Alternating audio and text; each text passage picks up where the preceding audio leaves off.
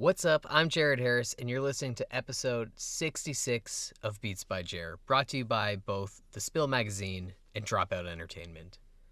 As a part of my ongoing series, Classic Albums With, where I am joined by a guest to discuss a record of their choice, today I sit down with journalist, historian, museum curator, and now author JayQuan to discuss Run-DMC's Raising Hell. In celebration of 40 years of the group's seminal album, JayQuan has released his first book, Run-DMC and Raising Hell, 40 Years, on April 28th, 2026, via Quattro Books. Here's my conversation with JayQuan.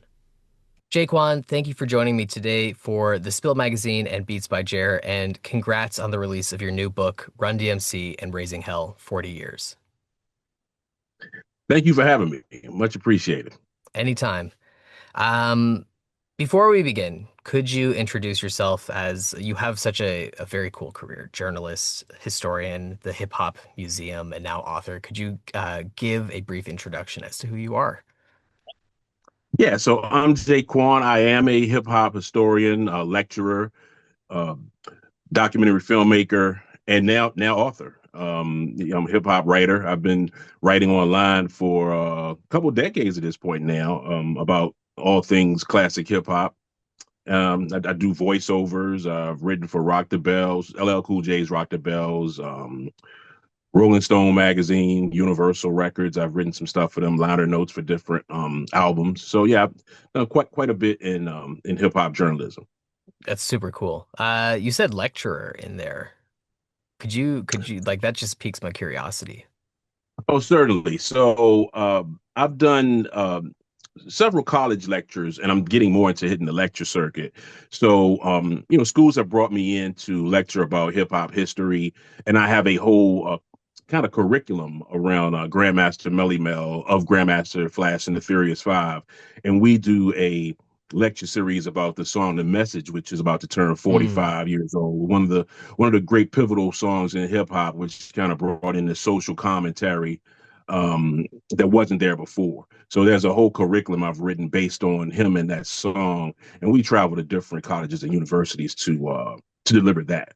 that So is that's and I'm super out, unique. I'm out, it's great, man. And I'm a lecturer, when I in my capacity as a historian for the Hip Hop Museum in Washington, D.C., the National Hip Hop Museum. And then there's the Hip Hop Museum in the Bronx, which I am part of their research team with their timeline of hip hop. So, yeah, I stay pretty busy with the music. Yeah, I mean, that's a crazy resume. The lectures surrounding that song, that sounds super interesting. One of my favorite courses that I took, I studied music at York University in Toronto, and Okay. one of the coolest courses I took was led by Professor Rob Bowman, and it was at the time it was titled African American Music and the Quest for um, Equal Citizenship, Dignity, and Survival. And like it was Oh, just a wow. crash course from emancipation to as far as we can get in the semester, looking at the correlation of the sort of intersection of different social aspects in different eras of music. And it was it's just one of those exceptionally eye-opening moments. Yes, I'm sure. It sounds great. I love the title. Yeah, yeah. So let's turn our attention to Raising Hell. Raising Hell was released on May 15th, 1986. It was the third album from Run-DMC. Yes. Singles included My Adidas, Walk This Way, You Be Illin', and It's Tricky. The album peaks at number 3 on the Billboard Hot 200 and number 1 on the R&B and hip hop charts, and has since achieved platinum status at least 3 times over. This was a monumental step for hip hop and for Run DMC. To you, what makes this album so special? Well, what makes Raising Hell a special album for me, not only is it just, Run DMC was already, very much ingrained into hip hop by that third album. They put out their self-titled album in '84, and then the next year they put out King of Rock, which just solidified what the first album did. So I was already a Run DMC fan, but this one is special because of where it sits in the timeline of hip hop. It's like at the end of the drum machine era, which their first two albums were all the music was composed with drum machines, and that's what rap records were really composed of anyway, from like probably 82, 83 up until right around the time when Raising Hell debuted. So it sits at the intersection of the drum machine era and then the sample era that's about to be kicked off with groups like Public Enemy and Stetsasonic and Boogie Down Productions with KRS-One and all these groups, Queen Latifah, MC Light, De La Soul. The sampling era is right there. We're on the cusp of it, and it's the end of the drum machine era. So the production on Raising Hell incorporates some of both of those things, the best of both of those worlds. So it just made it, the timing of it couldn't have been better. I think I think to that idea, it's very rare that we get such transitionary albums. We get records like hip hop or not, like we get records that kind of mark the end of an era. We get albums that kind of like are burgeoning new sounds. It's very rare Sure. that we see an album kind of straddle two different eras and kind of mark the transition itself. Like that doesn't happen often. Yes. Yes, it was very much a bridge. It was very much a bridge between between two eras. And they had always merged rap and rock ever since their first album with Rock Box, which was like the first official rap album aired on MTV back in '84. So they already had a little bit of the rock audience, and then they kind of doubled down on the second album with King of Rock, and you had You're Blind and some other rock rock heavy songs. Of course, King of Rock was a rock heavy song, but then to actually collaborate with Aerosmith, which was a huge thing, accomplishment, even for Aerosmith. The kind of Hmm. the and not to put the cart before the horse, but the way that it's seen by a lot of people is that Aerosmith, some kind of way saved Run DMC or catapulted Run DMC. They did help them, but Aerosmith was really not too relevant at the time when Walk This No, Way not came at out. So all. so Run DMC very much revived Aerosmith, which was Absolutely. which was great because people didn't think that rap music would last. Even on urban radio and in urban retailers, nobody thought that rap would last. So for rap to outlast what people thought it would outlast, and then to resurrect rock icons was something great to witness. I yeah, I am and I think the collaboration with Aerosmith, like to me, that was my first time hearing Run DMC. Like I grew up in like listening to classic rock Yes. and like that was the song and I was like, whoa, this is different. What's going on here? And that's super cool. But there's a quote, I'm trying to find it here. I wrote it down because I thought it was a really valuable quote. Um Russell Simmons, Def Jam founder, right? You quote him in Hmm. the book. He stated, "Walk This Way, as great as it may have been, was part of the downfall of fucking Run DMC." Um, Now, in some ways, I think you applaud this song for being like this thing that did bring Run DMC to a much bigger audience. And in some ways, it did provide that level of credibility for the genre as a whole, right? Here it is, like kind of interacting with, I guess, what could be considered contemporary or something that has kind of become an institution. Yeah. Um, but then on the flip side, we have Russell Simmons kind of looking at it from more of a cultural aspect, I would assume, being like, this is bad for us. Um, what are your thoughts on that quote? What are your thoughts like where does Walk This Way and all of the rock influence that Run DMC had used up until that point, where does that kind of fit in with this? Well, it's interesting. So they didn't want to do the song. They Mm, Walk This Way, the drum intro. For those that don't know, rap music, especially before rap music uh, was a recorded medium, when it was done in New York prior to '79 in parks and everything, DJs would take the drum breakdowns, the percussion breakdowns of different records from all genres of music, whether it's country, rock, soul, whatever it was. All genres have a breakdown portion where there's mostly percussion. So that's what Run DMC they were not the first ones to use the drums from Walk This Way. Grandmaster Flash and other DJs would take two copies of that and mathematically spin them around to where it loops. So the rappers just wanted the drums. Once the mm, guitars came in, there are records out there that are monumental records in jazz and rock that rappers have only heard the first 10 seconds of because they don't want the rest. They only want the mm, drum. mm, So I put that context out there first to say that they just wanted to rap over the drums. Rick Rubin, who was the producer on this album, he's a visionary, and he said, "Hey, instead of just using the drums, why don't we get Aerosmith and do the whole record?" And they really did not want to do that.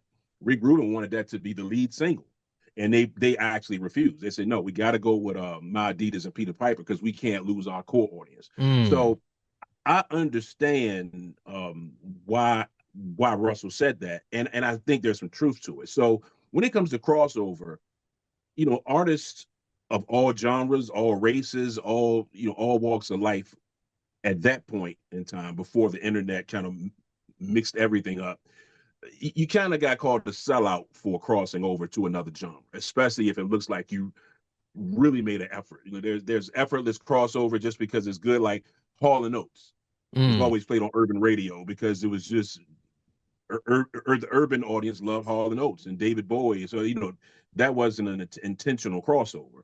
Mm. Um, with with this Walk This Way, the Run and D felt like, okay, we did the other rock records; those were cool. But now we're doing this song that's not even rapping. If you notice, they're not really rapping on this song. They're converting Aerosmith's lyrics to a spoken thing in a way, but Yeah. it's not the traditional rapping that Run DMC would do. So what Russell was basically saying was you can't lose your core audience. So the Mm. core audience, you have people like you who heard rap music through Aerosmith Yes. or through Off This Way. That's a great thing because it put Run DMC on another level. I'm sure monetarily it was a big boost for them. It made the album go bigger than what it would have. But then your core audience, who necessarily a lot of the core audience didn't even hear Walk This Way. They knew nothing about Aerosmith.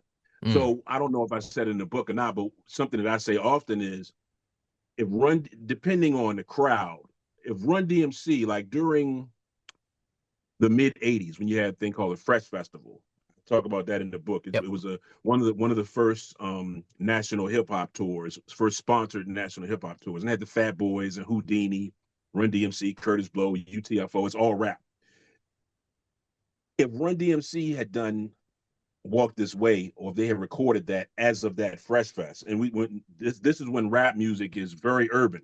There's not a lot of people that don't look like me in the crowd. There's Mm. some, but it hasn't gotten out of um, the black listening audience. Um, so if they were to come to the Fresh Festival and not perform Walk This Way, the audience probably would rather they not. It just wasn't Mm. it wasn't a big song with their core audience. But if they didn't do like Sucker MCs, it's like that. Some of those songs, the songs that really attach the core audience to them, they have a problem on their hands. You gotta do Sucker MCs. You gotta do these songs. So by the time the Aerosmith collaboration Walk This Way comes out, everything is flipped.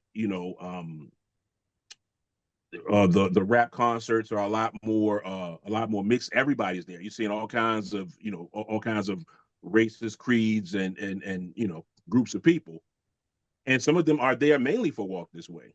Mm. So at that point, that's the cross. So the reason why Russell said that it was well, I don't want to put words in his mouth. The reason I agree with him is because after that record was so big, and just the way the record companies are, once you get a really big one, they want the second one to be Yeah. like that. Yeah. Yeah. The Yeah. Beastie Boys talked about that a lot. Once they did License to Ill, they said that their label at the time, Def Jam, wanted every album after that to be like License to Ill because Mm. it's like, hey, if it's not broke, let's not fix it. Yeah. So what Run DMC did after that, they put where they used to have one rock song on every album. Now the Tougher Than Leather album, it's got 3 or 4 rock songs, and they're not good. They're not anywhere near No. as good as they're not. No. Just to be It's honest, not I'm the being same. fair Yeah. here. Yeah, it's not Papa Crazy and Tougher Than Leather, and none of those songs are nearly as polished or they don't flow as natural as Walk This Way did. So and they didn't want to do those songs either. So now you've lost your core audience, and you're making rock records that are not as good as your big rock record. So you kind of lost everybody. Mm. So and then at that time, right after Raising Hell and Walk This Way, and It's Tricky, which was also a big one from there that pushed them more in that direction. Um, Within that time period after that, you had what I call a new school come in. You had Eric B. and Rakim, Boogie Down Productions with KRS-One, Big Daddy Kane. You had this whole new crop. The sound of rap has changed. It's more sample heavy. You know, the females are getting into it. You got groups like De La Soul, who are kind of like Bohemian, A Tribe Called Quest, and now you're still doing rock music. It locked them into a box, and it made them I won't say irrelevant, but it made them less relevant than it should have. So Mm. crossover is always a blessing and a curse. You know, the blessing is that your audience is bigger, you're making more money, you're doing bigger arenas, but you lost your core audience. So at some point, you're going to probably pay for that, no matter what genre of music it is. Yeah, that's actually something that I've been talking about a lot on this show recently. I did a deep dive on both D'Angelo's Voodoo Yes, and how he kind of like rejects the crossover, like he retreats entirely from the crossover element that was kind of presented to him. And then I kind of also looked at the Black Album by Prince and how that was almost yes, like a conscious attempt to reconnect with his original core audience. Um, yes, and like I think there's a very important cultural element to this, especially with Run DMC and rock, and then hip hop kind of loses that rock thing almost immediately after. yes. Um, could you expand on how that crossover and cultural kind of like connect in some way? Well, yeah. So if you look at, I'll take it from things that aren't even rap. You know, things that predate rap being as humongous as it was. So you think a funk group like Cameo, who was Mm, like, Cameo was like, at one point, I grew up on their music, and it's definitely funk R&B. And at one point, they have 12 to 15 members of the group, and they're known a little bit in the UK. They're really big in the States. But they, at the time, radio, and it still is kind of, but the internet, like I said, has opened everything up. But at the time, radio was very segregated. You had black radio stations, and you can say the word urban or whatever, but it's black radio stations, and then you mm, had radio stations that played, what people would consider as white music. Now MTV came in and kind of shattered all of that. I grew up on, watching Duran Duran and the Thompson Twins and Eurythmics and all kind of stuff on MTV that I would have never heard in my household. So I don't really subscribe to the, black and white, but at that time, that's what it was. You had the mm, black radio station was here on the dial, and the white station was here, or stations were here. So with Cameo, they made a song called Word Up, and that's probably 86 or 87. Their biggest song ever. They got a big overseas audience in the UK, and this song just blows up, and their core audience doesn't necessarily like it. They didn't go too far outside of what their formula had been, but they were really mocking rap music on the song Word Up. And it's a good song, but it's probably the least favorite of their core audience. But they mm, got in the UK, and the UK loved Word Up, and people in the UK, that was their first time of hearing Cameo. But Cameo is on their sixth or seventh album. And that mm, happened, it happened with Prince. So with Prince, he came out with his first album in 77, and then he hit the radio, he hit urban radio really big with a song called "I Want to Be Your Lover," very much an R&B song, big summer song. Then he does two or three albums after that, and he hasn't really crossed over yet. Then he does 1999, and MTV plays a Little Red Corvette video.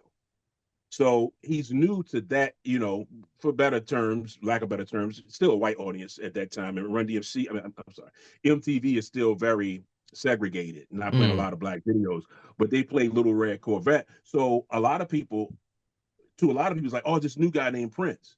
But to the urban community, is like, oh, Prince is on his fifth or sixth album. And then definitely by the time he does the Purple Rain movie and album, now the world knows him. But the urban audience is like, oh man, he's 8 albums in or seven Yeah. albums in. And what it I think, the cultural part you talked about, I think that it feels like, and I don't know if you went through this in the class you talked about, but for the listeners of the music, the core audience, I think it feels like you are ours. You belong to us, Mm, and now you belong to the world. Like we knew about you. We were there from the first album, and the world is acting like you're a new thing on your seventh album, or eighth.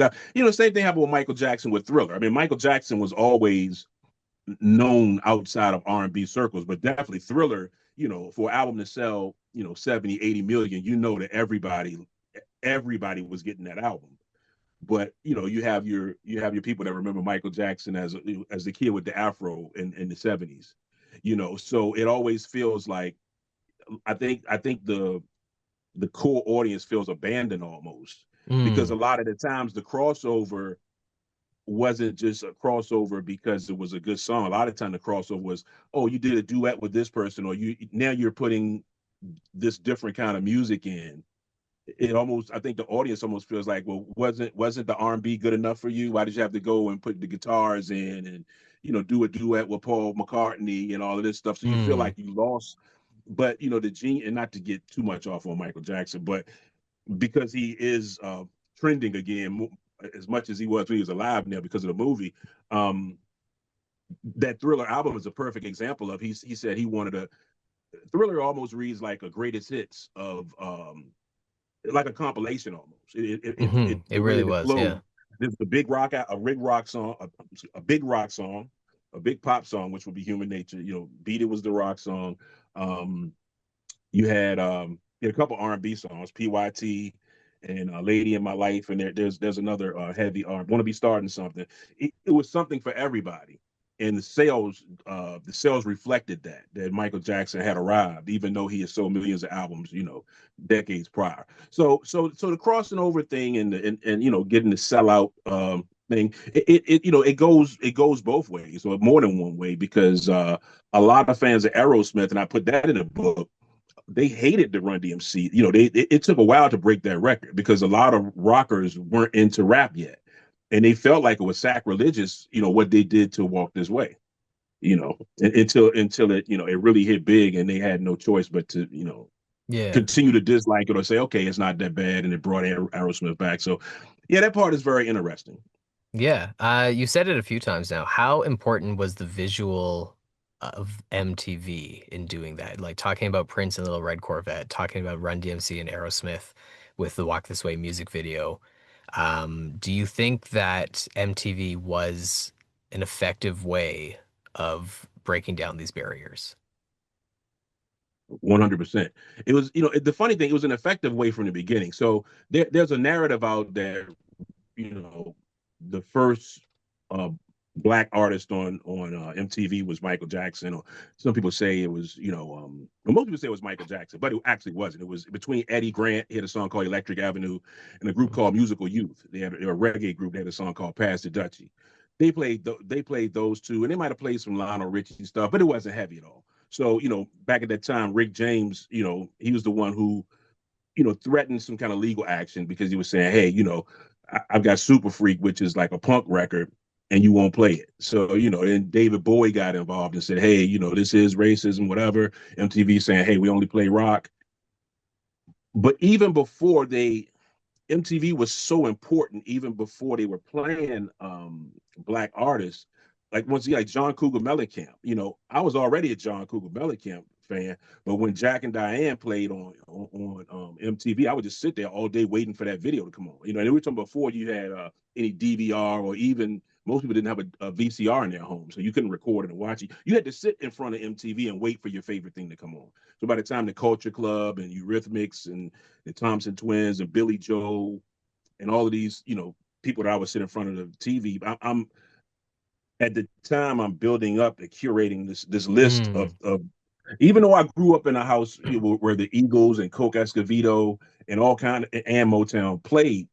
My parents wouldn't have been playing Eurythmics or Thompson Twins. So I got a great education, and many other kids my age got a great education from MTV. But the visual was extremely important. Like, there's no way Thriller would have sold the 80 million that it sold without MTV. They debuted that video. That video was, like all his videos, was the first of its kind.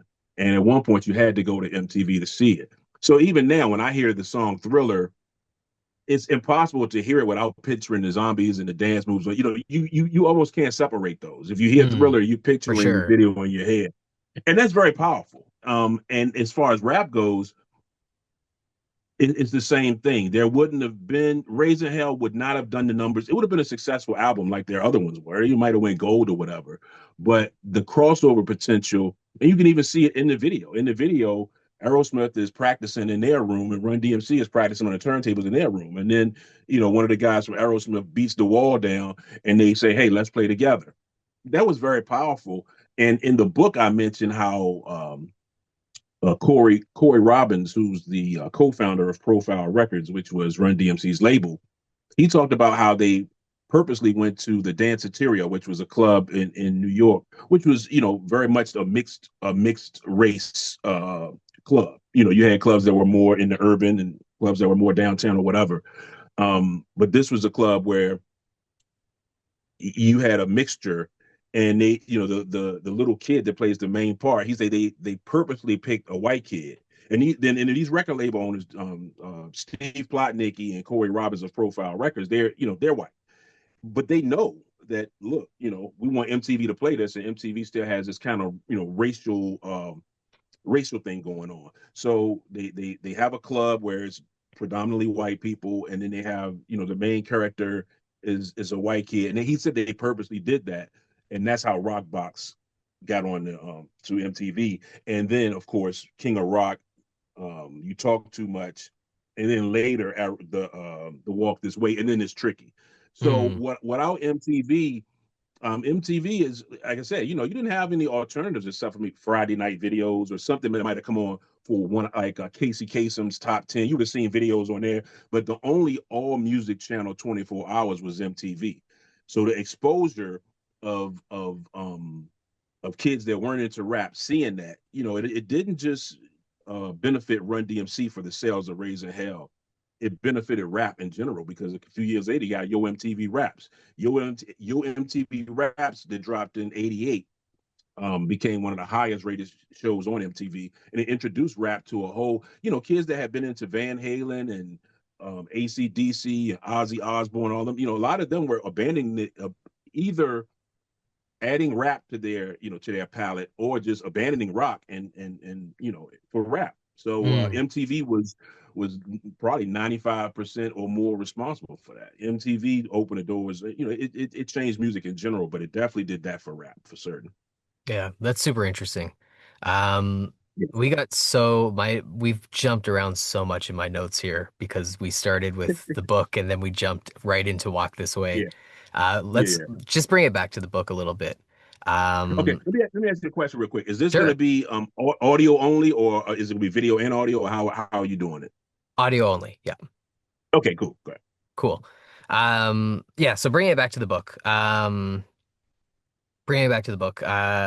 Could you walk me through your process? How did you get here? Were you approached? Like what was it like writing this book? So the writing of the book, well, like, again, I'm a huge Run DMC fan, so a lot of the book was already in my head. I've always wanted to do something about Run DMC. Um, I had interviewed both Run and DMC before, just for journalistic things that I was doing. But right around the time of COVID, I started to put a lot of time into doing these, like, what I call mini documentaries that I would put onto YouTube. And what they were basically was, just moving pictures, kind of the Ken Burns effect, and me narrating it with music. And they're pretty in depth. So I got I got a lot of responses to those. I used to call them infomentaries, because they were like 15, 20 minutes. Some of them might have got up to almost an hour, but they were very, very behind the scenes. Some of the stuff was based on interviews. Some of the information was based on interviews that I had done, but they're basically just, I was always into rap as a kid, and I just knew a lot of the backgrounds of it. So I'd done one on Run DMC, and it got pretty good traction. A lot of people had seen it, and someone from Quarto Books, which is the publisher of the book, they saw it, and they saw it. It was right around the time when. So Quarto Books, what they do these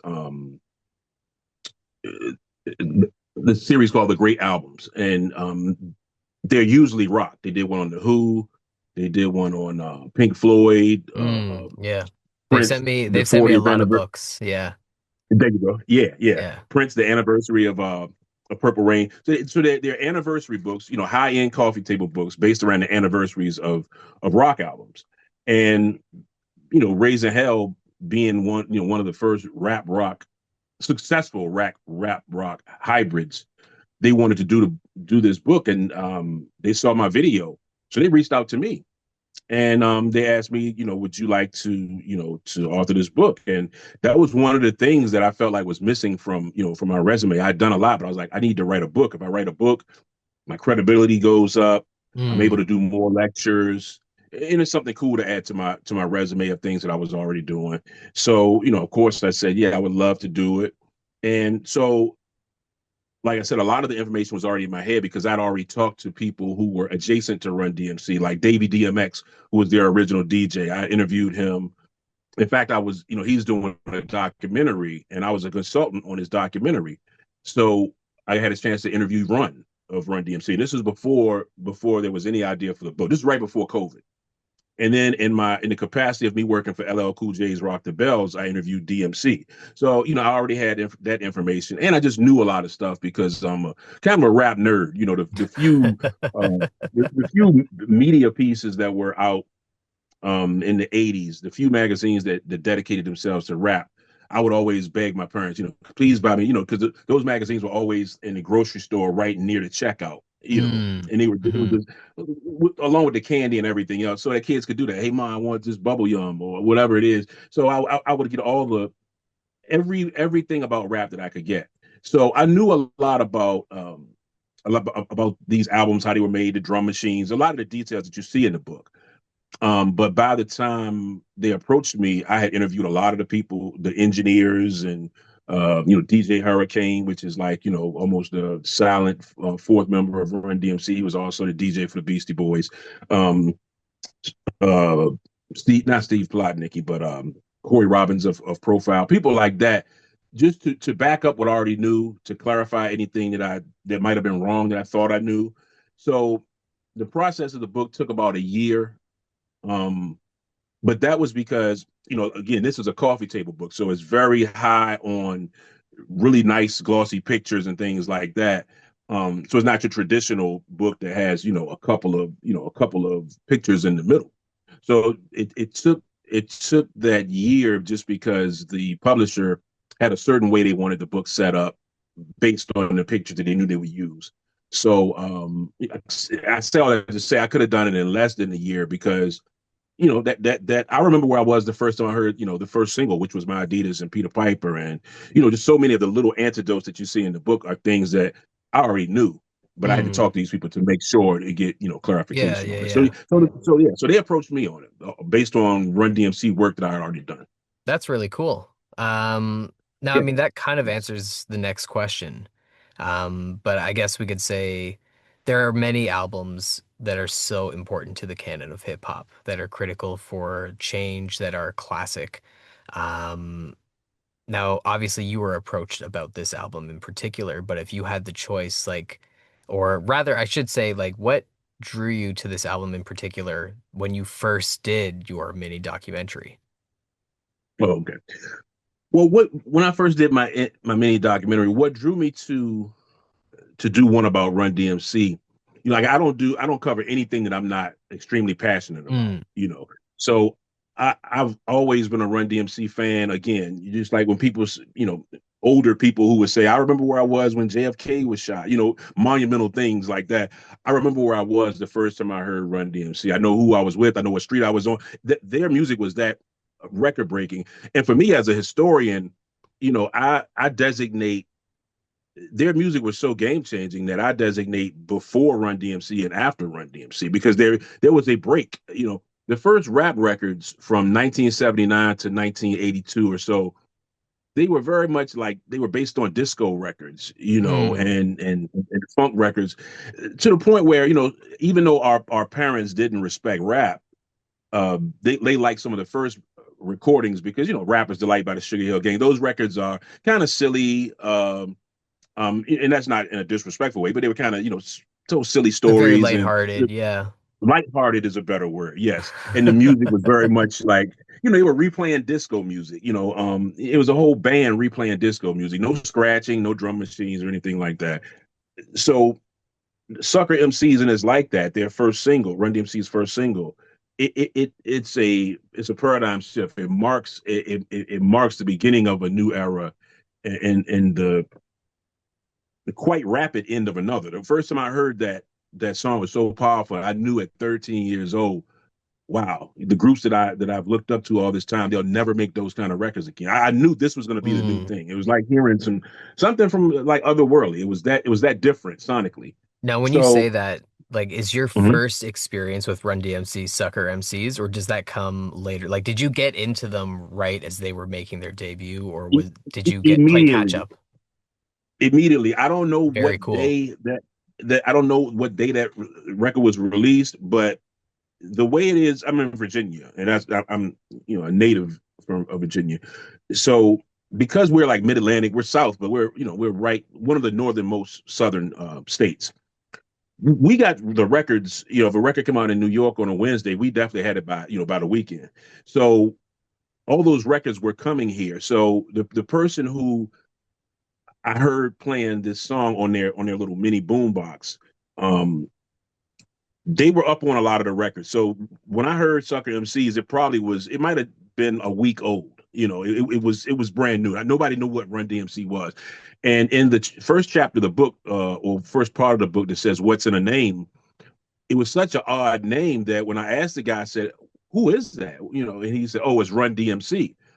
I didn't understand what he was saying because most rap groups were called like, Grandmaster Flash and the Furious Five, the Treacherous Three, the Dynamic Three, usually the Funky Four, usually had the Mm. Disco Three.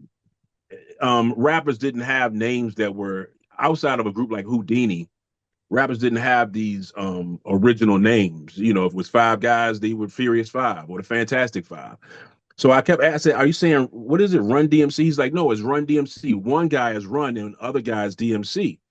So what was so special about that record? It was a couple of things. It was the cadence of the rappers because before them, rappers had this. They sounded like the old disc jockeys from the radio that would do a kind of a rap thing before rap record. There's a certain voice they Yeah, had. yeah, yeah.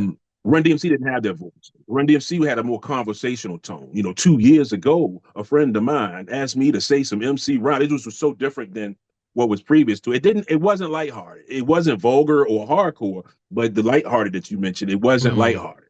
And the music was the most important part because again, previous to Run DMC and their rap records, these other rap records, there was a band playing like guitar and flutes and kazoos, like literally, because their songs with kazoos playing and keyboards. They were really full productions. And they were okay for the time, but this record was sonically something we had never heard before. So Mm. definitely, that was my first time. My first time hearing Run DMC was their first effort ever. That's very cool.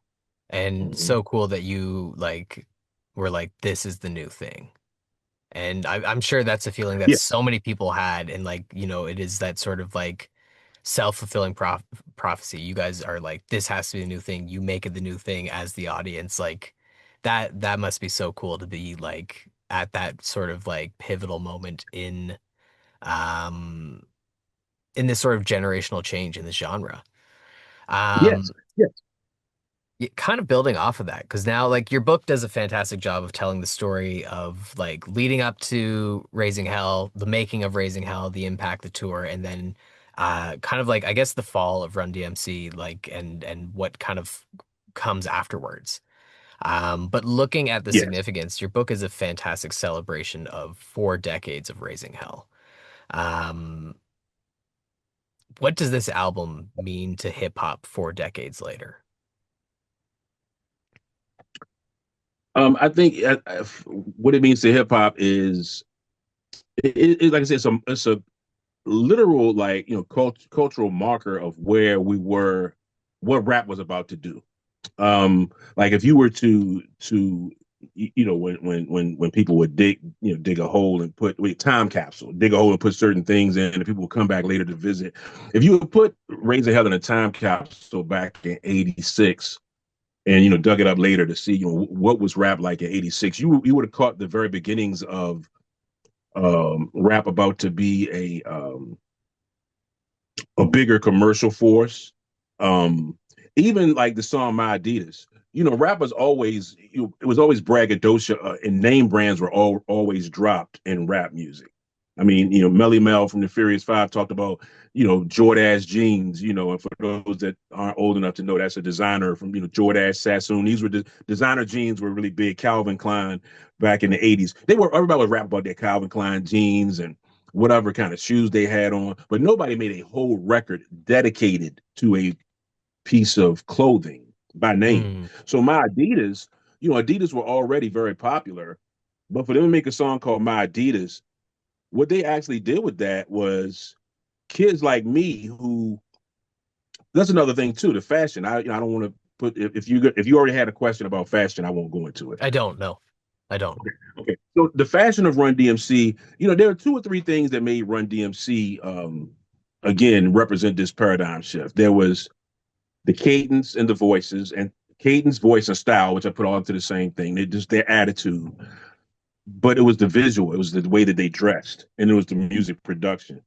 Prior to Run DMC, rappers dressed the way that the acts that they opened up for dressed.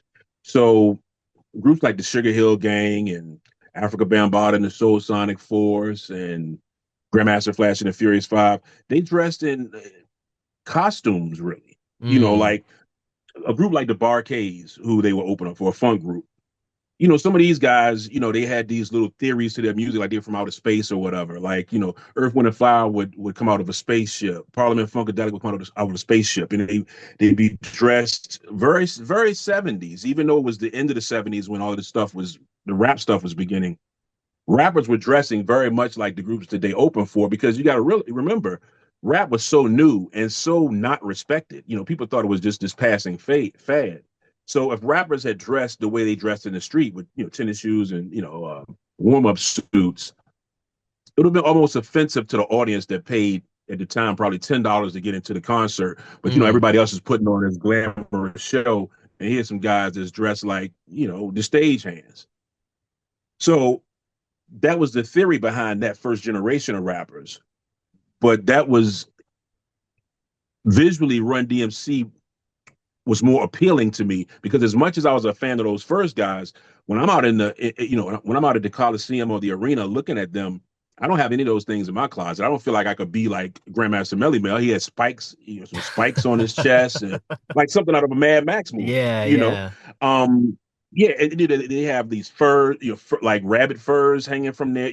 They're dressed like a rock group. I mean, they opened up for the Clash, and they dress like Billy Idol. They opened up for Billy Idol early on, before there was a Run DMC. So they dressed the part. And I take nothing, now because of the internet, you can go back and look at how they dressed, and it's funny to everybody, oh, they look crazy. But they dressed the way they had to dress for what Mm. their Hmm. what their job was at the time. Almost adding Now production for value to the show. right, right. They would have felt like they were cheating the crowd to come out dressed like they were. But they didn't have the vision to see yet what Russell Simmons, who was Run DMC's manager, and what Run DMC saw is that, hey, we're gonna come out and be ourselves, and the kids are gonna love it. And we did. When I stood because I stood in the crowd for all of those shows. I was at the first ever rap tours for the Sugar Hill era, and then I was at the Fresh Festival, which was the first sponsored tour. It was sponsored by a company called Swatch Watch. When I was at the Fresh Festival and I saw them, they're wearing the same thing that I was wearing. And they Mm. hadn't done, this was before, this was their first album, '84, for the Fresh Festival. It felt good to say, okay, I got the same thing. I think DMC is cool. I have the same glasses that he has, and I have those same shoes. But for them to double down on it and make a song called My Adidas, and to go so deep into they describe the shoes almost like it's their best friend. My Adidas walked through concert doors and roamed all over Coliseum floors. Me and my Adidas have done this. We make a mean team, my Adidas and me. I mean, I remember guys in our neighborhoods who were more loyal to Nike. You had to get a pair of Adidas because that, so that was so strong that it made them the first non-athletic entity to score a clothing deal, a clothing endorsement deal. That's a big deal. You had to be a basketball player or a tennis player to get your own line of clothing. And these Mm. guys, based off of a song, and representatives from Adidas coming to see at Madison Square Garden, Run saying, everybody put your Adidas in the air. And, you got, 20,000 kids putting their Adidas in the air. The Adidas rep was there and saw that. And that's in the book and said, okay, we need to sit down and talk. So that's sorry for the lengthy answer. But when I think of Raising Hell, I think of those things, how it changed rap musically and culturally, but the economic piece, to have them, Mm. doing Adidas commercials. And now, you can get Run-DMC Adidas apparel. It represents all of those things for me. And you can't escape the commercial part, even though in rap, it used to be really bad to seek anything commercial. Like, when MC Hammer was popular, he got critiqued heavily for doing commercials and endorsements. Now, I mean, really, the only reason to make records in this internet age is because you want to endorse something else. But at the Mm. time, it was considered sellout to get an endorsement. But not for Run DMC, they escaped that because they were so authentic to us that it was like, okay, I think if my Adidas had been a rock song, if my Adidas had been musically the same thing that Walk This Way was, and they got a deal off of it, they would have probably got a lot of backlash from their core Mm. audience. But they were very smart. They refused Rick Rubin's request to make Walk This Way the first single. They said we Hmm. got to put out My Adidas and Peter Piper first for our Yeah. Yeah. fans, Yeah. and then Walk This Way came early, and it came later. So that record did what it was supposed to do, and it will forever be a groundbreaking album. One of the top in this genre. Yeah. And I think going back to what we said about crossover success, I think by putting My Adidas as the lead single, it kind of bought them a little more credibility, a little more integrity with what they were trying to do. They weren't leaving their audience. They were expanding their sound in one way, but they were like, you know what, we are still like, this is who we are. This is My Adidas. Yeah, and something else they did, and I talked about this in the book. Previous to their singles, most rap singles was just one song. If you had a song like "Freedom" by Grandmaster Flash and Furious Five, you have "Freedom," and on the flip side, you have the instrumental version of "Freedom." Mm. The rap, it was sold on a 12-inch format. The singles were a 12-inch single. Not a lot of tapes. You had cassette singles, but they didn't come till later.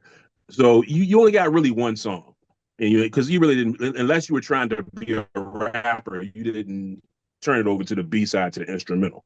So you got one song for $3.99 was what a single cost. Run DMC were the first to do a single and do two songs. So when they did Mm. It's Like That, that was their social commentary record, and they did Sucker MCs, which is their record for quote unquote the streets. So that single did extremely well because It's Like That talked about staying in school and not doing drugs, and it talked about how the world is this and Reaganomics is doing that. It was their responsible song, Yeah. and it got a lot of play on urban radio. It's Like That was a big song on urban radio, and then the song for the boom boxes and for the street was Sucker MCs. Brilliant marketing, because after that, every just about every single they did, they would have two songs on it. So My Adidas was a giant song, but then Peter Piper was a giant song, Mm-hmm. Mm-hmm. all on one single. Yeah. So that Yeah. was that powerful album, man. A lot of groundbreaking things started with that album. Now, there's no doubt that it's a classic album, right? There's like nobody's claiming differently. But at the beginning of your book, you do take a moment to kind of like outline that the standard for classic should be something that we look at like through the lens of time. Like we're often too quick to say something's a classic. Could you elaborate on like what your standard is of classic? And then kind of outline how Raising Hell meets that standard. Oh, okay. Great question. So yes, I think I said I think the portion of the book you're talking about, I said something to the effect of a classic can't be deemed as such until after a certain amount of time has passed Hmm. and the effect on generations and things like that. So I don't believe in this instant classic. I know people say it all the time. They really love an album. Oh, this is an instant classic, but they're just something they're saying. Literally, I don't think you can predict an instant classic because I think with any art, you have to let generations um, pass and digest it, and then if it's still relevant, it's several generations later, it can be deemed a classic. So I never, as much as I'm talking about these first things that I heard when I first heard them, I didn't assign classic to him at that point. I knew something different was happening. But you got to remember, because our parents and the radio disc jockeys and even the television hosts like Don Cornelius of Soul Train and Dick Clark of, American Bandstand, whoever, none of these people really thought that rap would last. And that was a Mm, big thing. I think one of the reasons it did last is because it was a us against them mentality. And whenever you got a us against them, that's what made the music so good. We were rebellious. Everybody didn't like it. So when everybody likes something, the artists sometimes they may have the idea that they want to water it down to get more people to like it. Rap was rebellious. It didn't care. We didn't care that there's no guitars and there's no bass line. All we have is drums. The more we were critiqued, the more rebellious we got with the creation of the music. So I believe that just listening, thinking back on it, I didn't know what was happening at the time. I just knew for everything Run DMC did, the first 3 or 4 things they did, oh, nobody's ever done anything like this. But I think we believed the hype a little bit as much as we fought it and was like, no, rap is here to stay. We kind of thought that, okay, I would have never thought that I'd be like, in my 50s, writing books about rap. We didn't know the internet, we didn't know the internet was coming. There was no internet. So nobody thought that even the most staunch supporters of rap didn't know that it would be this big. So the fact that it is this big, I think the way that it kind of proves itself classic is, again, I'll go back to Michael Jackson. There's so many kids today who know who or young people who know who Michael Jackson is, even before the movie. So you know that the things he did, they're classic because even before that the movie came out, you can say, well, how do you know that? Oh, I heard it when I was riding with my uncle, or it's so much a part of culture. But even then, we just thought they were big albums, and we didn't necessarily call them classics, even though you could kind of see that it was going that way. That's how I feel with this album and other classic rap albums. Sitting here now in 2026, the fact that so the song Peter Piper, for hip hop DJs, they like to do these little tricks on the turntables where they manipulate the records and make certain phrases go very fast on beat. So there's a section on Peter Piper where DMC says, "We're the big bad wolf in your neighborhood, not bad meaning bad, but bad meaning good." Like just that section, not bad meaning bad, but bad meaning good. You could go to any DJ worth his weight has taken that part, bad meaning good, bad meaning just you see it becomes like an instrument almost for the mm, DJ. We're talking about a record that's 40 years old. DJs will still, to show how good they are, they scratch parts of Peter Piper or my ideas. mm. Um, the fact that you could go to Run DMC's Vivo page or YouTube page and see like how many millions of people, like it's tricky, it's trending again because of TikTok. The kids have done some dance and something else, but it's tricky.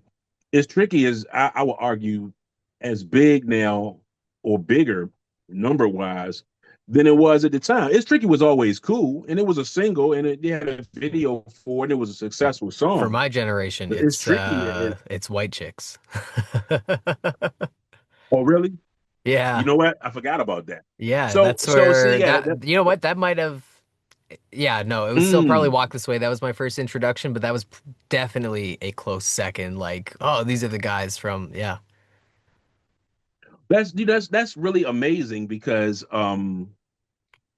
yeah, like even with video games, there's songs that that even predate some of the Run DMC stuff. There's a song called Scorpio by Grandmaster Flash and the Furious Five, and it's in one of the Grand Theft Auto games. So it's a whole Mm. generation of kids who know Scorpio, but they know it because on Grand Theft Auto, you had these radio stations Yeah, on yeah, there, and they yeah, just pick yeah. random. So the kids know it from that, and like you couldn't have told me. I'm old enough where we had Atari, which is a very primitive video game. If you told me back at that time, yeah, these songs are going to be on video games, a rap song on a video game, no way. So that that is kind of the proof of the fact that it's classic. The fact that so many people know who Run DMC. The fact that like you said, it's in a mood. White Chicks is what 20, almost 20 years old now. I would assume, Probably. yeah. Yeah, the fact that it's viral on TikTok. You know, yeah, yeah. The fact that it would even demand a book, because King of Rock was a great album, but there's no King of Rock for 40 years. The first album, their self-titled album, Run DMC, on the 40th anniversary of that, like I wrote about it for different outlets, but there's no big celebration. Run Mm, and D were just in New York last week, signing, doing a book signing and all, not a book signing. They're signing, they're doing an in-store where they was greeting their fans, signing autographs based on the 40th on that album. It was a celebration of the 40th anniversary of Raising Hell. So yeah, it is a classic in that way. Like I said, it changed. We throw around words like, "Oh, that was a game changer," but sometimes we throw these words around and we just are really throwing them around. Like that literally yeah. was, there are metrics you could see to say that was a game changer. After that album, I remember Heavy D, Heavy D, the boys, they had a song called Nike. And they started wearing all of this Nike gear on their album covers. And it's like, oh, they're trying to get an endorsement deal. You can see that, Mm, mm-hmm. rap. In the wake of my Adidas, there's a rapper, Fresh Gordon. He made a song called My Felines, to try to get a Fila deal. And everybody's trying to copy now. This, a couple groups that never dabbled in rock tried to do the rock thing, But yeah, Run DMC definitely opened that door. For sure. Using this standard for classics, because I think it's really well thought out. Like, I am so guilty. The instant classic title, right? Like, but again, looking at something Yeah, through sure. time, looking at something, seeing how it's affected the future of the genre and how it's connected with future generations, that's so valuable. Um, Mhm. what other, like, we could just list some. What other albums do you think hip hop records that have attained this same level of classic status in your mind? Okay. Um, well, one of the first classics I'd say it's not an album, but because there were no rap albums at the time, it would be kind of unfair to not put them in because it didn't exist. Rappers Delight by the Sugar Hill Gang. Um, you know, a lot of people have heard that. That's been in a lot of movies. The Wedding Singer. It's too many to name, but that's been in a lot of movies. It's all over popular culture. Rappers Delight is definitely that was a classic. That was a classic. Like by the time 85, 86 got here, that was the first rap record, and it was a Mm, classic. And it didn't really need as much time as some of these other albums. It didn't need as much time to breathe to see that it was a classic. That one was a classic. It's even been remade. You don't have a lot of rap remakes. Not that many. That was one of the first ones somebody remade. The Message by Grandmaster Flash and the Furious Five. They did do an album on that. Not as big because rap wasn't as big yet, but still worth a mention. Uh, Definitely Raising Hell. It takes a nation of millions to hold us back by Public Enemy. Another group that just they broke so many boundaries. When they did that record with Anthrax, when they mm. remixed, they already had a mixture in their audience. But when they did that record, I remember going to see them here in Virginia, and for rap shows, like I said, they were predominantly black just because this was an urban art form. So it took a while to reach everybody else. That's the first rap concert I'd ever been to. I think this was '91. It was the first rap concert I'd ever been to where I was a minority in the crowd. Like the only people that looked like me in that venue were the people on stage and Public Enemy, Yeah. and maybe somebody on the soundboard. One of them might have been, but everybody is they came there to hear the Anthrax thing and to hear the other songs too, because Public Enemy, even though they don't do straight rock music, they have a rock attitude. Mm, So mm-hmm. Public Enemy has a huge, as if you look at the makeup of who supports them, it's kind of all over the place. So definitely Nation of Millions to hold us back. If you come a little more into the '90s, Tribe Called Quest, Low End Theory, a classic. De La Soul, 3 feet and high, 3 feet. De La Soul, 3 feet high and rising, classic. To the point of one of the recent Spider-Man movies. Over the last 2 or 3 years, on the closing credits, they had a song called "The Magic Number." Three is the magic number, and they played that during the credits, and that went viral. Kids were looking for it online, but De La Soul's music, because of Was it some legal on? thing, Yeah. wasn't online. So that became a story in itself. So like again, that's my I think my junior or senior year of high school when De La Soul um, debuts. And if somebody had told me that De La Soul's music would be in movies, I said no way, no way. So definitely 3 feet high and rising. classic. NWA, Straight Outta Compton. It launched a genre. And it put, New York had a stranglehold on rap for a long time, and NWA opened the doors for, even though Too Short was already releasing records, but it made his a bigger audience for the Too Shorts of the world, and the Ice-T, who had already been making records. All of those guys, now there's a West Coast sound, and then that burst Snoop Dogg, which, his first album I consider a classic. Dr. Dre's Chronic I consider a classic.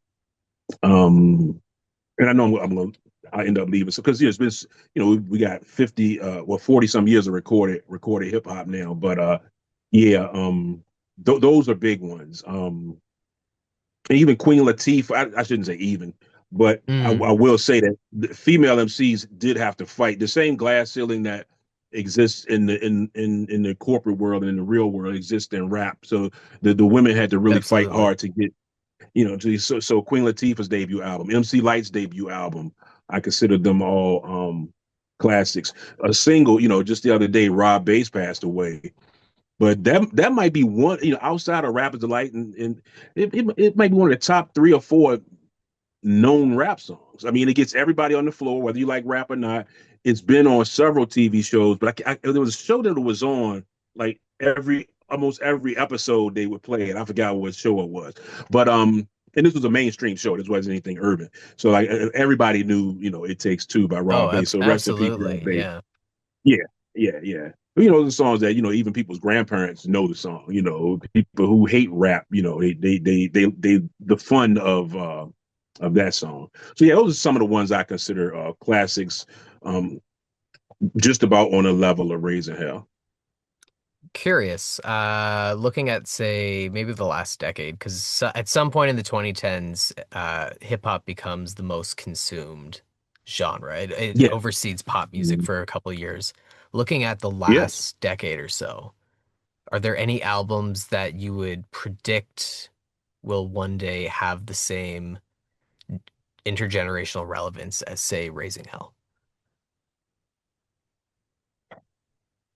No, I don't. But that's not a reflection of the artist or the music they're producing, but that's a reflection of the way that music is presented and consumed these Interesting. days. So Interesting. yeah. So the internet, consuming music via the internet is interesting because prior to the internet, artist makes an album. They sequence the album in a certain way. Those that went really deep into it, like let's say Dr. Dre, The Chronic. Mm. He put these interludes in. He made it almost like it was as visual as you could be without having video. Hmm. There's a section here where there's a riot going on, and then here somebody gets shot. It plays like a film almost, and then one song goes into the other, and there was an art to sequencing an album. Even again, I'm a Michael Jackson fan because I keep bringing up Thriller and Off the I Wall, mean, but who doesn't like Thriller, right? sure. Yeah, but side B starts, want to be starting something. And there's a reason why after this song, there's this song. Yeah, and the same thing with Raising Hell. The albums are sequenced a certain way, and they're designed for you to listen to them in that way. Now, of course, at the time that these songs were released, vinyl was still the main format. You might have skipped something that you didn't like, but generally you listen to an album in the order that it was presented to you. I talked about the Low End Theory by Tribe Called Quest. For a couple of the Tribe Called Quest albums, the way that they are formatted with it's like a narrator almost on there. They're meant to be listened Hmm. to in a certain way. Hmm. When you started getting, Napster is the father of all of this, online stuff. But once Napster came, and then all of the free LimeWire and all those things, but then when you got into legitimate music downloading sites, now there's an a la carte thing where when you were paying for it, you didn't want there were always filler songs on albums. I mean, there not many albums exist that didn't have a song where it's like, okay, we need one more song, just throw that on there. Now, sometimes the filler song is the big song, Yeah. but generally it's not. So once the online experience of consuming an album got here,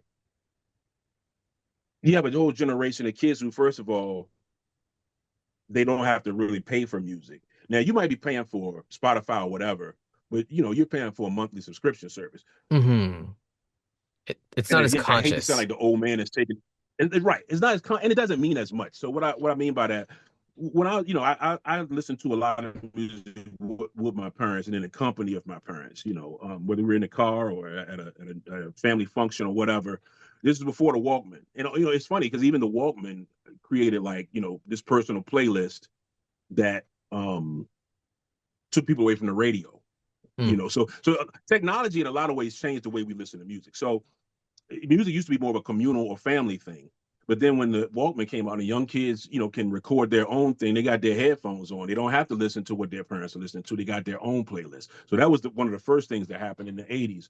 But once you started getting these subscription services, I distinctly remember when people would discuss albums, and I'm talking about in the early 2000s, they would say, "Oh, I like whoever's new. I like Snoop's new album. I like track 3 and track 6." They didn't know the name of the song Mm. because now everything is so digital. They didn't take the time to even remember the name. They just know when they bring up, I guess if you had the little iPad or not The iPod at the iPod. Yeah, time, yeah, yeah. yeah, or whatever, you went to number 3 and number 6. So at that time, I could feel like, wow, that's almost like not disrespectful, but wow, they don't even know the name. It It's a just little and then disrespectful, I think. I think it is. So when you bring that in, and then like now, because you can make music at home, you don't have to go to a studio. There's a lot more music, and there's no real filtering system. Like literally anybody, if you got the right equipment, you got access to maybe YouTube back then, but now TikTok and everything else. There are people who have become stars just making something in their bedroom. So you got a lot more music to consume. So not a lot of people are sitting and listening to. Back then, songs used to be an album would be 8 songs back then. Mm. Today, then once the CD format got in, and you could put more music and more data on a piece of that you could listen to. You might have had 16 songs, upwards of 20, which to me was a little bit too much. But still, it was meant to be listened to in a certain way. Today, I don't think that there'll be any albums that will have that will resonate in that way because first of all, I think it's too much music. Mm. People will. So much music is here now that okay, let's say Tyler the Creator, who I think is a very talented guy. Let's say he drops an album and I'm listening to it. I guess new music still is released on whatever day it's released on. By the next week, there's going to be so much more music that his thing is not going to be as impactful as it was last week. Mm. Music doesn't stay in the atmosphere and the popularity. Like, when I was growing up, like an album would literally could be hot for like 2 years. For like, Thriller was hot for like almost three summers. Yeah. And you didn't have a lot of artists back then. You had the word gatekeeper has a negative connotation these days, but there were gatekeepers or at least quality control people. Like if you're in a Mm. factory, it's quality control. Said no, that one's not good. So the good thing that quality control did was it kept down there being so much. To me, there's too much to choose from there. It's like turning on Netflix and it's a million movies up there, but it's still nothing to watch. So I think there's so much music now. There's so much music now. I think that of a guy like Tyler, the creator, puts an album together and makes it so that it's to be listened to a certain way. I don't think our attention spans are any longer. That's another thing too. Our attention spans are a lot different than they used to be. Of People course. wanted 2 or 3 songs that they rock with, and they listen to those, and really by tomorrow they'll probably have some other person will drop an album. So I do think that there are some artists out there that are pretty good, but I think the era of the classic album for right now, I think is I don't think it exists anymore. Not on the level of a Raising Hell. You had a curated album, you had a promotional pitch. The album was rolled out a certain way with television commercials. There was a radio plan. There was in stores. There were tours. When the tour came to your city, you could go to Sam Goody and go buy the record and get them to sign it. And our world was a lot smaller at that time, or seemed a lot smaller at that time. Now, it is not really. You have groups that you have artists that tour, but there's not a real rollout. The rollout is it drops on Spotify this day, and then you listen to it, and MTV is not around anymore. There's nothing that really videos aren't. Like nobody is. the way music is consumed to me makes it so the classic album is not possible right now. I think that's a very valuable take. I think I think our consumption is almost having an effect on how the impact an artist can actually have. I think that's a really well-spoken take. I wasn't expecting that. Well, yeah, well, that's something I think about a lot because I'm still an MC. I don't put out music, but like I know how it is to make a song and what you got to go through to do it. And my little group, we had a couple regional hit records, if you want to call them hits. But I know the process and I know the process because when I was young, I had a paper route, and that little bit of money I got from my paper route put me in two places. I was always in the arcade, and I was always at the record store. Mm. So it meant a lot as a 12 or 13-year-old to go to the record store, and you might have $15, and an album was $6.99, $7.99. You can get two albums. Your parent might have told you, use your own money to get an album, and since you got all A's on your report card, I'll buy you another one. That really meant something because if you heard a song you liked, you had to get up, go to the store. The most important part is pay your money for it. You take it home and you listen to it, and you probably had an interesting record cover to look at or some liner notes to read, before before music videos came out. And it was a very real experience. But anything that you pay for, it has more of a value to you. You're investing in When it. Absolutely. you literally are investing, like, hey, I only got $15, and dad's gonna put up 8 and buy one, and I'm gonna buy one with my 8, so I have $7 left until I get my paper route money in 2 more weeks. But I'm gonna be in the arcades, and I want to get an extra slice of pizza at lunch. If like you really are budgeting like a young adult. So it meant a lot to go and buy somebody's record or tape. Today, because of the way it's consumed, you don't even have to have Spotify. I mean, if Drake drops a new album tomorrow, then you're gonna be able to find it. You just go to YouTube and listen to it, and the quality is gonna be the same as the people who listen to it on Spotify. So it don't mean a lot. Like Drake dropped three. The fact is, and I'm not negatively, what? Some of Drake's stuff may be classic. I wasn't thinking about Drake. Some of Drake and Kendrick Lamar stuff, I don't think it'll feel as classic to the younger generations as Raising Hell did to us, but they might kind of defy what I said about the way music is consumed. But Drake put out 3 albums the other night. And I mean, it's a big deal, but I mean, imagine if Michael Jackson had put out 3 albums before the internet. I mean, it just, it wouldn't have been possible, but that's how different, for you, lack of better words, that things are today, that you can drop 3 albums in one night. Yeah. And then by the next week, like nobody's really talking about it. I mean, they are, but like not the same. We're 2 weeks away right, out of the Iceman drop, and right, I mean, right. now the conversation's kind of revived because of he surpassed the Michael Jackson record. Right. And I think I was thinking about this a lot, actually, like a lot of what you said, I was thinking about earlier this week, because the Michael Jackson record went so long without being broken.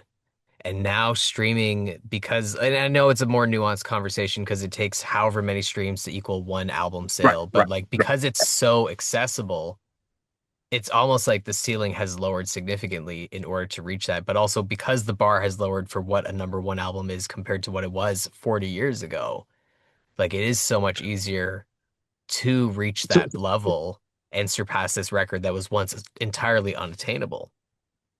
Yeah, and to me, I think it's almost an unfair comparison because, like, I remember one time Adele had put out an album and they said her numbers had surpassed Bad. The funny thing is, Bad was the second highest album ever. Not just Michael Jackson album, it was the second highest album ever, and Yes. Thriller was #1. Yeah. To the point where like Michael was disappointed that Bad didn't do better than it did. But I'm like, that dude, his goals were so lofty that, like, you have the #1 and #2 spot. Like you lost #2 to yourself. You have 1 and 2.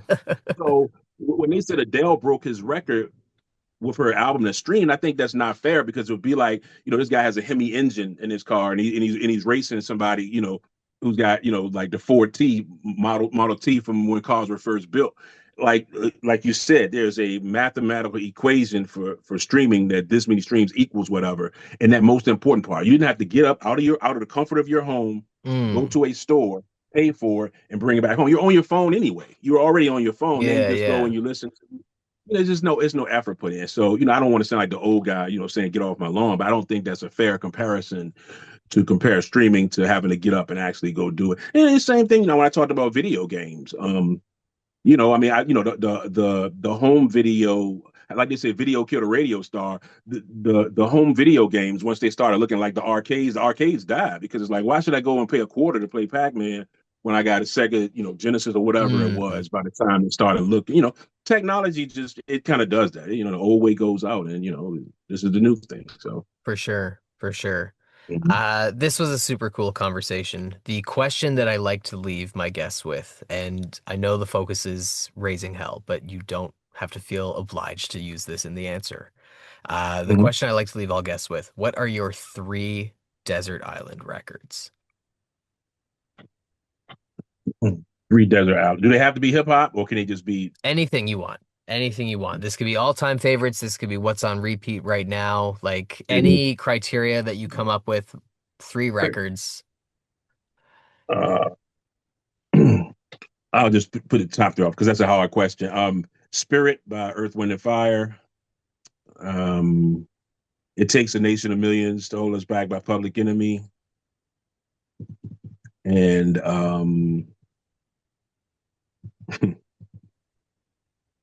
Run DMC's first album. I like that. I like that. The That's a self-titled, solid the three. self-titled, yeah, the self-titled Cool. album. Cool. Yeah, Cool. yeah. All right, JayQuan. Well, thank you very much for your time. Thank you for joining me today for the Spill Magazine and Beats by Jer. And once again, congrats on the release of your debut book, Run-DMC and Raising Hell, 40 Years. Thanks for having me. Much appreciated. Anytime. Thank you for tuning into my conversation with JayQuan.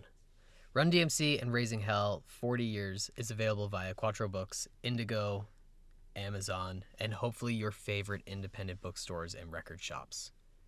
You can follow JayQuan on YouTube at The Foundation Hip Hop and on Instagram at jayquan.hiphop.historian.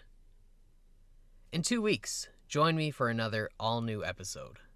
I'm Jared Harris, and this is Beats by Jer.